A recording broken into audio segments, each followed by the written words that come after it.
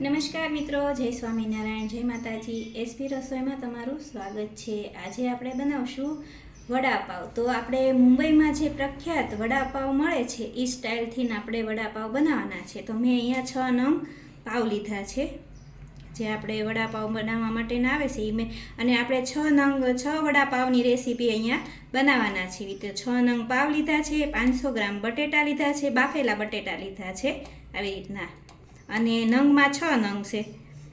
અને આદુ મરચાંની પેસ્ટ લીધી છે, આદુ મરચાં, તીખા મરચાં અને લસણની પેસ્ટ, અને લીલા ધાણા લીધા છે, હળદર લીધી છે, મીઠું જરૂર પ્રમાણે, હિંગ લીધી છે, લીંબુ અને મીઠો લીમડો લીધો છે, અને લસણની ચટણી આપણે 2 ચમચી મરચું અને 1 ગાંઠિયો લસણ, એવી રીતે લસણની ચટણી લીધી છે. અને આ આપણે કોથમરીની ચટણી લીધી છે. કોથમરી, આદુ અને મરચાંની ચટણી જે આપણે રેગ્યુલર બનાવીએ છીએ એ જ લીધી છે.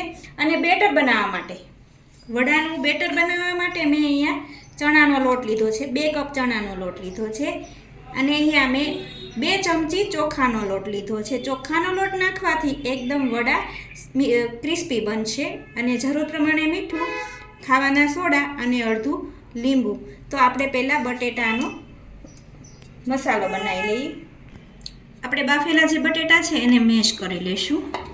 ભાજી મેકર લઈ અને આપણે આવી રીતે એને મેશ કરી લેવાના છે, આવી રીતે. એટલે એકદમ સરસ થઈ જાય. જો તમે સુધારીને લેશો તો એમાં ગાંઠા રહી જશે. આવી રીતે ભાજી મેકરથી એકદમ સરસ માવો બનાવી લેવાનો, સરસ થઈ જાય, ટેસ્ટી. હવે આપણે એક કઢાઈમાં 2 ચમચી તેલ મૂકવાનું છે.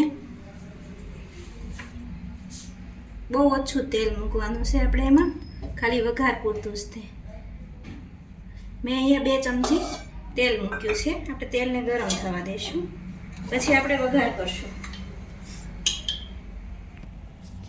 આપણું તેલ ગરમ થઈ ગયું છે, એમાં આપણે 1 ચમચી હિંગ નાખી દઈશું, 1 ચમચી આપણે હળદર નાખશું. બટેટાનો મસાલો છે એટલે આપણે થોડીક હિંગનો વધારે ઉપયોગ કરશું. અને મીઠા લીમડાના પાન નાખી દઈએ. હવે આપણે ગેસને બંધ કરી દઈશું. અને આપણે જે ચટણી લીધી હતી એ નાખી દઈએ, આદુ મરચાં અને લસણની ચટણી. જો તમે આ જે વડાપાવનો મસાલો છે એ રાઈ જીરુંથી વઘારશો ને તો એનો ટેસ્ટ બરાબર નહીં આવે.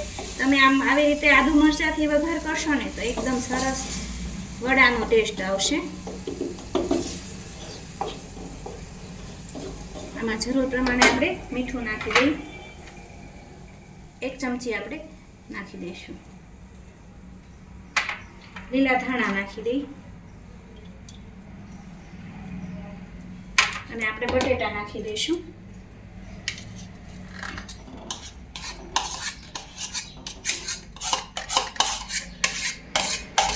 બટેટાને બરાબર આપણે મિક્સ કરી લઈએ. ગેસ બંધ કરી દેવાનો, એટલે આપણે જે બટેટા છે એ એકદમ ગરમ ન થઈ જાય, નહીંતર બહુ ઠંડા કરવા વધારે મુશ્કેલ પડી જશે.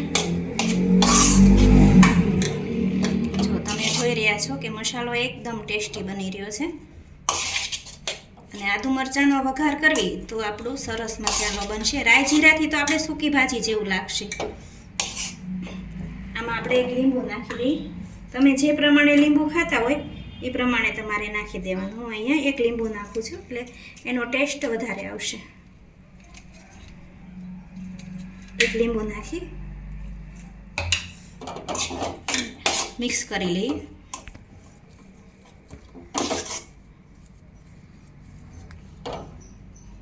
જો આપણો મસાલો તૈયાર થઈ ગયો છે. આપણે મસાલાને ઠંડો થવા દઈશું. ત્યાં સુધીમાં આપણે બેટર બનાવી લઈએ. આપણે વડા માટેનું બેટર બનાવી લઈએ. તો આપણે 2 કપ ચણાનો લોટ લીધો હતો એ લઈ લઈએ, અને ચોખાનો લોટ લઈ લઈએ. બંનેને મિક્સ કરી લઈએ. પહેલાં રીતે આપણે મિક્સ કરી લઈશું. અને આપણે જરૂર પ્રમાણે એમાં 1 ચમચી મીઠું નાખી દઈએ. મીઠાને પણ આપણે મિક્સ કરી લઈએ. હવે આપણે 1 ચમચી એમાં ખાવાના સોડા નાખી દઈશું. આપણે જે ભજીયામાં ગોટામાં વાપરતા હોઈએ 1 ચમચી આપણે ખાવાના સોડા નાખી દઈએ. એની ઉપર આપણે લીંબુ નાખવાનું છે, એટલે આપણે જે ઉપરનું બેટર છે એ એકદમ સરસ થાય, ક્રિસ્પી. આપણે પાણી નાખી દઈએ ઉપર.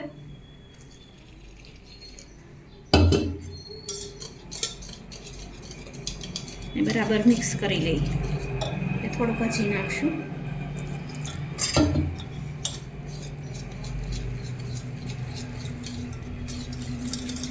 થોડું પાણી નાખી દઈએ.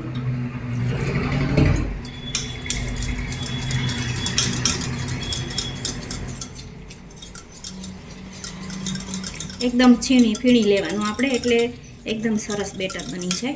જો આ રીતનું આપણે ઘાટું બેટર બનાવવાનું છે, એટલે વડામાં એકદમ ચોટી જાય. જો તમે જોઈ રહ્યા છો, આવી રીતનું આપણે બેટર બનાવ્યું છે. એને સાઈડમાં રાખી દઈએ. આપણે વડાનો મસાલો જે છે એ ઠંડો થઈ ગયો છે. આપણે એના વડા બનાવી લઈએ. તો આપણે એને હાથથી સેજ મસળી લઈશું આવી રીતે બરાબર, એટલે મસાલો એકદમ સરસ બની જાય. આમાં આપણે મોટા મોટા વડા બનાવવાના છે. આવી રીતના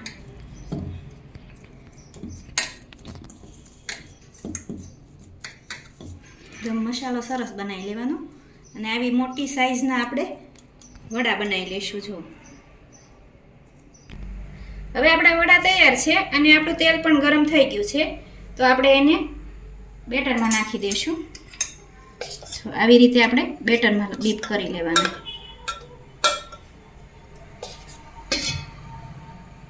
બધી ચણાનો લોટ આવી જાય એ રીતના આપણા વડા બનાવવાના. આપણું તેલ પણ ગરમ થઈ ગયું છે, તો આપણે એને મૂકી દઈએ.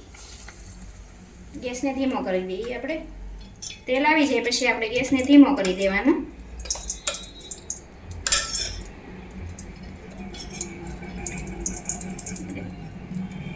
તળાવવા દઈશું ધીમા તાપે. જો આપણે આવી રીતે બીજું પણ મૂકી દઈએ સાઈડમાં. સરસ આપણે ક્રિસ્પી થઈ ગયું છે. ધીમા ધીમા તાપે આપણે એને તળાવવા દઈશું. તળાઈ ગયું છે, આપણે એને લઈ લઈએ. એકદમ સરસ ટેસ્ટી આપણા વડા બની ગયા છે. આપણે એને લઈ લઈએ એક પ્લેટમાં. બીજું પણ તળી લઈએ. થઈ ગયું, ઢીલો થઈ ગયો.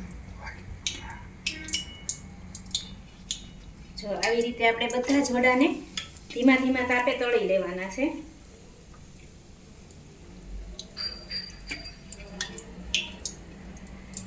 આવી રીતે આપણે મૂકી દઈશું ધીમા ધીમે. તો તમે જુઓ છો કે આપણા વડા તળાઈ રહ્યા છે.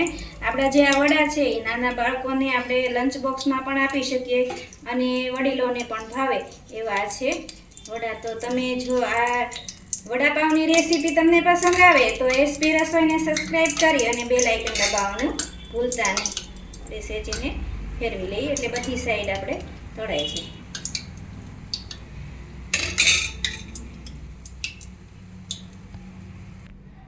આપણે વડાપાવ માટેના વડા તૈયાર છે. હવે આપણે પાવ તૈયાર કરી લઈએ. તો આપણે એક કઢાઈમાં તેલ મૂકશું 1 ચમચી. એક ચમચી આપણે તેલ મૂકવાનું છે, થોડુંક અમથું પાવને ગરમ કરવા માટે. મિલાઈ દઈ.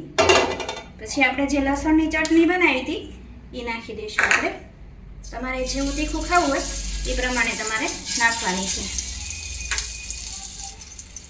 હવે આપણે જે વડાપાવનું પાવ લીધું હતું એ લઈ લઈ. ચટણીને ગરમ થઈ જવા દઈ.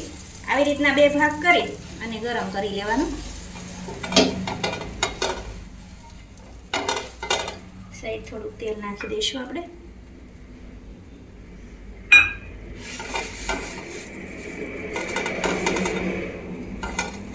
આવી રીતે એકદમ સરસ લસણવાળી ચટણી આપણે લઈ લેવાની છે આ રીતની. હવે આપણે એની ઉપર કોથમરીની જે ગ્રીન ચટણી આવે છે એ મૂકવાની છે. એકદમ ટેસ્ટી લાગશે. આ મુંબઈના પ્રખ્યાત વડાપાવ છે, ત્યાં ખાસ બધા ખાવા માટે જતા હોય છે.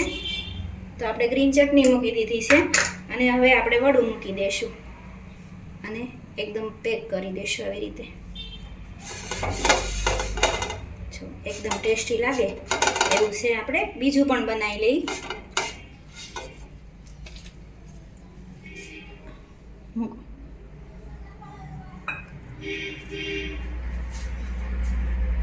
આપણે બીજું પાવ પણ બનાવી લઈએ. એમાં આપણે તેલ મૂકી દીધું છે 1 ચમચી અને આપણે લસણની ચટણી મૂકી ગેસને બંધ કરી દઈશું. આપણે ચટણીને આપણે થોડીક વાર ચડવા દઈશું.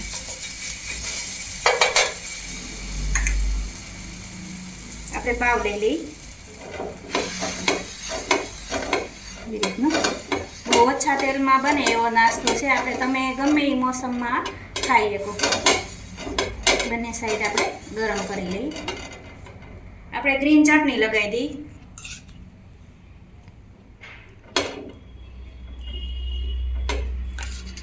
વડું મૂકી દઈશું. સહેજ પ્રેસ કરી દઈશું. બીજી સાઈડ પણ કરી લઈ એકદમ ક્રિસ્પી. તૈયાર થઈ ગયા છે આપણે વડાપાવ. આપણા વડાપાવ તૈયાર છે. આપણે જે કોથમરીની ચટણી છે એ અને લસણની જે ચટણી છે એમાં થોડુંક પાણી નાખી અને આપણે સર્વ કરશું. તો તૈયાર છે આપણા વડાપાવ. તમે જોઈ રહ્યા છો કે આપણા જે વડાપાવ છે એ એકદમ ટેસ્ટી લાગે છે. તો તમે પણ જરૂરથી બનાવજો વડાપાવ.